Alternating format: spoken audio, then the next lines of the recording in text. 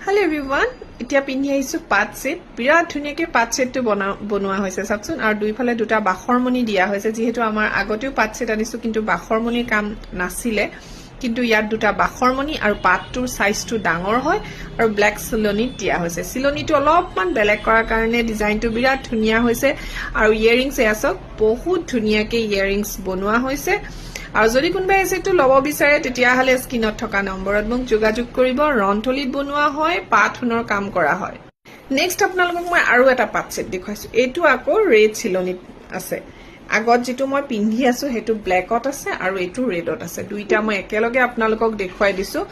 আৰু এইটোৰ সাইজটো চাও কিমান ডাঙৰ হয় দেখিছেনে এটোৰ সাইজটো ডাঙৰ হয় কিন্তু এটো অলপমান সৰু হয় ইয়াত বাখৰমণি আছে ডাঙৰ সাইজটোত বাখৰমণি নাই হেতুৱে ডিফাৰেন্স হয় দুইটাৰ মাজত আৰু লগতে ইয়াৰিংটোৰো হেৰি আছে ইয়াৰিংটো